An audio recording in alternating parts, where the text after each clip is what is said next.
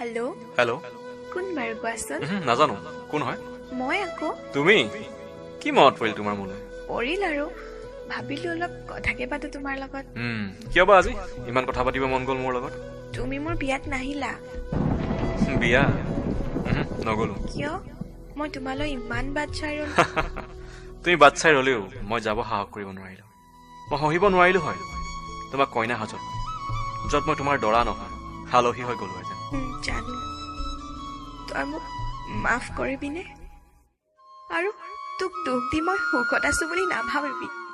প্ৰতিদিনাই মনত পৰে তোৰ কথা আৰু কি জান তোৰ মৰম লগা মুখখনলৈ বহুত মনত পৰে।